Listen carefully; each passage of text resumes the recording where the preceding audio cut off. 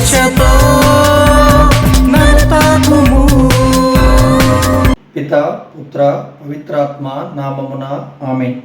పరిశుద్ధుడైన దేవుడు మరి యొక్క నూతన దినమును మనకు అనుగ్రహించి ఉన్నాడు. ఈరోజు దివ్య పట్టణములు ఇర్మియా గ్రంథము 31వ అధ్యాయము 1వ వచనం నుంచి 7వ వచనం వరకు. 31వ అధ్యాయము 4వ వచనములో, నేను మిమ్ము పునర్నిర్మింతును, మీరు మరలా తంత్రి వాద్యములు గైకొని సంతసముతో నాట్యము చేయుదురు. పరిశుద్ధుడైన ప్రభువు అలనాడు అబ్రహామును పిలిచినప్పుడు అబ్రహాము ఒక ఉన్నతమైనటువంటి కుటుంబంలో జీవిస్తున్నాడు. దేవునిపై విశ్వాసముతో అబ్రహాము తనకు ఉన్నటువంటి ఆస్తిపాస్తులన్నింటినీ వదిలిపెట్టి దేవుడు చెప్పిన చోటికి రావటం జరిగింది. అప్పుడు అబ్రహాము అనేక ఇబ్బందులు ఎదుర్కోవటం జరిగింది. మరియు తన భార్యను కూడా తన చెల్లెలు అని చెప్పుకోవటం జరిగింది. కానీ అబ్రహాము దేవుణ్ణి నిందించలేదు. దేవుడు తనను ఎన్నుకున్నటువంటి తన యొక్క పనికి నేను ఉపయోగపడాలి, తప్పక దేవుడు నన్ను పునర్నిర్మిస్తారు అని అబ్రహాము ఎంచుకోవటం జరిగింది, విశ్వసించడం జరిగింది. కాబట్టి తర్వాత చూసినట్లయితే అబ్రహాం గారి యొక్క గేదెలైతేనేమి, గొర్రెలైతేనేమి, ఆస్తిపాస్తులైతేనేమి ఎంతో పెంపొందించబడ్డాయి. దేవునిపై విశ్వాసము ఉంచాడు కాబట్టే అబ్రహాము మరలా పునర్నిర్మాణం జరిగి ఉంది. అందుకు ఈనాడు అబ్రహాము మనందరికీ విశ్వాసానికి మనకు మూల పురుషుడుగా ఉన్నారు. మనము అబ్రహామును మన తండ్రి అని, విశ్వాసపు తండ్రి అని, మనందరికీ మూల పురుషుడు అని ఎంతో గొప్పగా చెప్పుకొనుచున్నాము.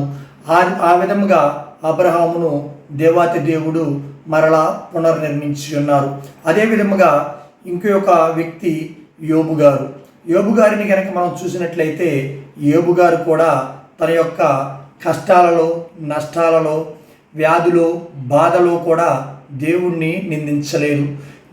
దేవునిపై ఆధారపడి దేవుడు తనను తర్వాత అయినా సరే పునర్నిర్మిస్తారు అనే ఒక విశ్వాసంతో దేవుణ్ణి ఒక్క మాటైనా అనకుండా తన యొక్క జీవితాన్ని కొనసాగించాడు.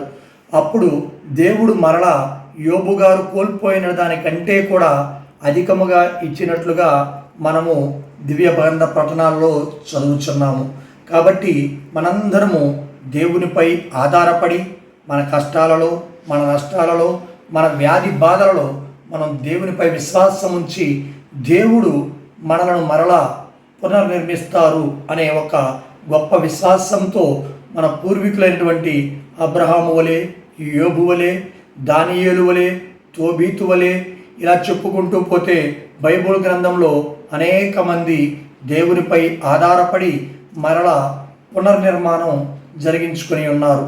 అదేవిధముగా ఈనాడు సువిశేషపట్నం తీసుకున్నట్లయితే కనానా స్త్రీ యొక్క విశ్వాసము, ఆమె దేవునిపై ఎంతో విశ్వాసం ఉంచి తన బిడ్డను స్వస్థపరచమని దేవుణ్ణి పదే పదే ప్రాధేయపడటం జరిగింది. మనము కూడా మన జీవితంలో ఆ కరణీయ స్త్రీ వలె విశ్వాసంతో మన సమస్యలలో, మన అవసరాలలో దేవునిపై ఆధారపడి మనము కూడా దేవునికి విసుగు పుట్టేటట్లుగా ప్రాధేయపడటం నేర్చుకోవాలి. మనం దుఃఖార్తులమైనప్పుడు, బాధతో ఉన్నప్పుడు, కష్టాలలో, నష్టాలలో, అప్పుల ఊబిలో ఉన్నప్పుడు సైతం దేవునిపై ఆధారపడి పదే పదే దేవుణ్ణి ప్రార్థించాలి. ఈరోజు మన విశ్వశ్రీ సభ 2వ 6th పోపు గారి యొక్క పండుగను కొనియాడుతుంది. ఈ పోపు గారి యొక్క జీవితాన్ని మనం తీసుకున్నట్లయితే ఈ పోపు గారు ఎంతో చారిత్రాత్మక పరిపాలన అందించి ఉన్నారు.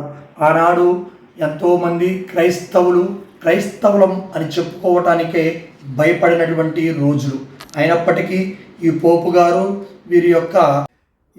గారి యొక్క కంపానియన్స్ అంటే వీరితో పాటు ఉన్నటువంటి ఆ డెక్కన్ బ్రదర్లు కూడా చంపబడటం జరిగింది. వారిలో ఒకరు లారెన్స్ గారు కూడా ఉండి ఉన్నారు. కాబట్టి క్రైస్తవత్వం కోసం అలనాడు అనేక మంది శ్రమలు చెంది మరణాన్ని కూడా ఆస్వాదించి ఉన్నారు. దేవునికై తమ యొక్క ప్రాణాలను అర్పించిన గొప్ప పునీతుడు ఈ 2వ సిక్స్తు పోపు గారు. కాబట్టి ఆ పునీతుని యొక్క సహాయమును, వారి యొక్క కంపానియన్ యొక్క ప్రార్థనా సహాయము మన పైనను, మన విశ్వాసము పైనను ఉండునట్లుగా ఆ దేవాతి దేవుణ్ణి వేడుకుందముగాక.